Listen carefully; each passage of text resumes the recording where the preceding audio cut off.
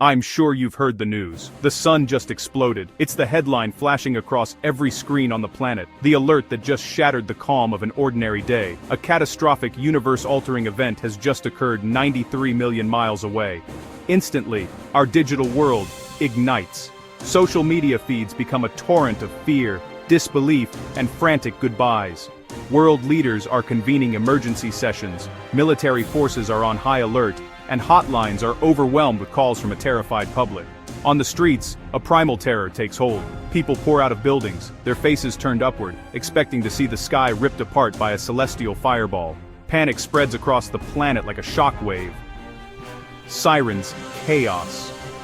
But amidst the mayhem, a strange and unsettling question begins to surface. People look at the sky, at the warm, familiar light bathing the world, and they see nothing. The sun is still there, a perfect serene orb. The birds are still singing, the sky is still blue. The immediate apocalyptic devastation everyone expected hasn't arrived. The dissonance is jarring.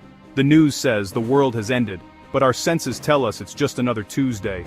So before we descend completely into pandemonium, let's take a deep breath and apply a reality check. Let's separate the Hollywood fiction from the astrophysical fact. Now let's check the science before we freak out.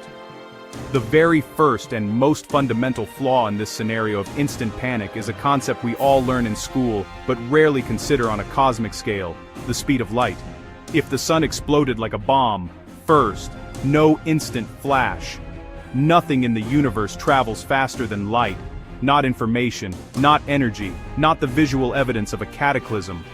Light travels at an incredible but finite speed. Approximately 186,282 miles per second, or about 300,000 kilometers per second. Our planet orbits the sun at an average distance of 93 million miles. It's a gap so vast that even at its blistering pace, light doesn't cross it instantaneously. Light and radiation from any change on the sun's surface take about 8 minutes and 20 seconds to reach Earth. Think about that.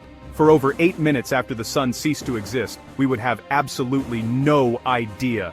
We would continue our day, basking in the light of a star that was already gone. The sunlight warming your face would be a ghost, an echo of a star that had already met its end. So, the first sign of trouble wouldn't be a blinding flash or a shockwave. It would be an unnerving, sudden, and total darkness. One moment, daylight. The next, the entire planet would be plunged into a night deeper than any we have ever known, save for the distant pinprick light of the other stars. The moon would vanish as it only shines by reflecting sunlight. The sudden, simultaneous blackout across the entire sunlit side of the Earth would be the true, terrifying announcement that our star was gone. But what about gravity? Surely if the sun vanished, its gravitational pull would disappear at the same time, and we'd go flying off into space, right? This is another common misconception, rooted in the old Newtonian idea of gravity as an instantaneous force acting at a distance. Albert Einstein's theory of general relativity gave us a new understanding.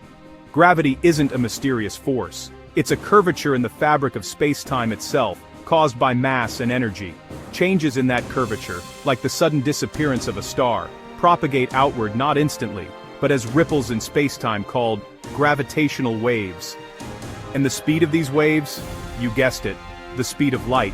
This means that for those same 8 minutes and 20 seconds, Earth would remain perfectly in its orbit around a phantom star. We would be held in place by the ghost of the sun's gravity. The moment the lights went out would be the exact same moment Earth would stop turning in its orbit and begin flying off in a straight line, like a stone released from a sling. We would become a rogue planet, hurtling into the frozen abyss of interstellar space at a speed of 67,000 miles per hour. So, we've established the timeline, but this brings us to an even bigger, more fundamental point. Second, the sun can't blow up like a bomb. The idea of a star exploding usually brings to mind a supernova, one of the most violent events in the cosmos, but our sun is simply not the right kind of star for that. A star's life is a constant, delicate balancing act. There are two primary forces at war within its core. One is gravity, the immense force of all the star's mass trying to crush it down into the smallest possible point. Pushing back against this relentless crush is the outward pressure generated by nuclear fusion. Deep in the sun's core, under unimaginable temperature and pressure, hydrogen atoms are fused together to create helium. This process releases a staggering amount of energy, creating an outward force that perfectly counteracts the inward pull of gravity. This perfect balance is called hydrostatic equilibrium, and it's what has kept our sun stable and shining steadily for the last 4.5 billion years. A supernova explosion only happens to stars that are truly massive, at least 8 to 10 times the mass of our sun. When these giants run out of fuel, the outward fusion pressure suddenly stops.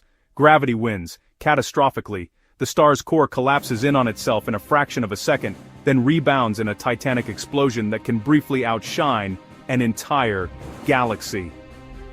Our sun, however, is a relatively lightweight yellow dwarf star.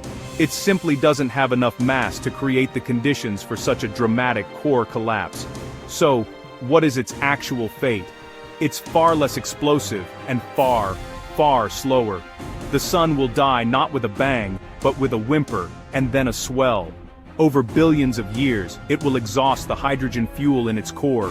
When that happens, it will begin fusing helium and other elements, causing it to expand dramatically. It will swell into a red giant, a process where it would shed mass over millions of years, its outer layers puffing away into space. In this phase, its radius will grow so large that it will engulf the orbits of Mercury and Venus, and possibly even Earth itself. Our planet would be vaporized, but even this dramatic end is billions of years in our future.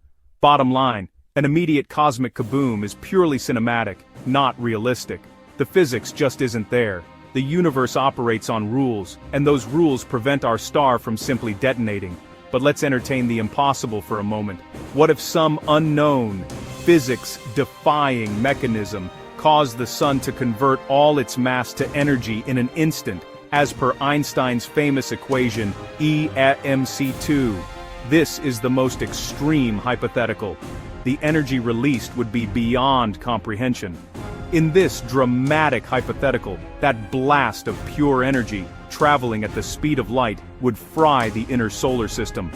8 minutes and 20 seconds after the event, a wave of radiation so intense it defies description would wash over the Earth. It wouldn't just be hot, it would be an extinction-level event on a molecular level, sterilizing the planet in an instant. Even then, as we discussed, Earth wouldn't fling outward immediately. For 8 minutes we'd be a doomed planet, orbiting a void, waiting for the light and gravity signal to arrive, and even in a more realistic slow mass loss scenario, our orbit wouldn't break, it would change. As the sun loses mass, its gravitational grip on Earth would weaken. Our orbit would gradually widen, we would slowly spiral away from our dying star. Orbital motion responds to the slow, steady loss of mass, not to cinematic theatrics. So while the boom is a myth, the consequences of losing the sun, by any means, are very real. Over time, losing the sun equals a frozen, dark Earth.